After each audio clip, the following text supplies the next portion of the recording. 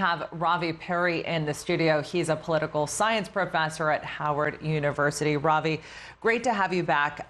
So we know that documents from the Department of Defense and the Office of Management and the Budget were also subpoenaed on Monday. Can you just bring us up to speed about where House Democrats are with these committees, with the investigation? What do they have? What are they struggling to get? Yes, remember that there are 6 committees that are handling this investigation, which makes this version of impeachment different from Nixon, for example, or from Clinton, for example, where only really the House Judiciary Committee led the entire episode. Here we have 6 committees, and 2 of those committees today sought information from both the Pentagon and from the Office of Management and Budget, OMB, asking for documents related to the Ukraine phone call, and particularly as it relates to specifically the $390 or so million that was alleged to have been held up by Trump in advance of the phone call that he had, that of course now has become infamous. And so today, the fact that we have new subpoenas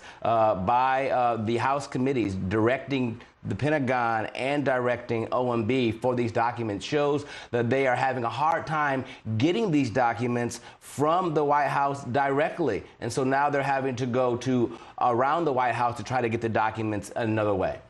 Do you see Trump's tax returns, which we know will now be, a judge has ruled that they can be released? How do you see that playing into the impeachment probe, as well as the findings of the Russia investigation? Well, of course, as you know, the president can be impeached due to his illegal actions on federal law. But the actions as it relates to his financial, perhaps alleged crimes and his business dealings as they took jurisdiction in the Southern District of Manhattan, New York, those episodes will still be over his head if, say, for example, Trump were to lose re-election. If he were to win re-election, the statute of limitations would make those crimes also null and void. And so it's really important for Donald Trump to win re-election. And so these incidents that the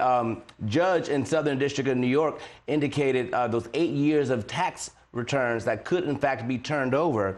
Of course, as you saw, the Trump administration immediately asked for that to be appealed, and that is going to be held up in court for a very long time. But what it suggests is that Democrats are interested in not only going after the phone call as relates to Ukraine and the Russia episode as relates to the interference in the 2016 election, but also going after his documents as relates to his financial dealings, because it seems to be the case, whether it be withdrawing federal troops right now from Syria as a result of leaving the vacancy there of the Kurds, and then you're going to have the Turkey move in, and of course, where does Donald Trump have a property? In Istanbul? And so there's another example of a financial tie that Trump has, and that's why his tax returns are very important to get. It's very doubtful, though, that they will be released. All right, Ravi Perry, appreciate you being with us. Thanks Thank for you. that. Well, the U.S. president's domestic challenges are not limited to his public life, as we just mentioned.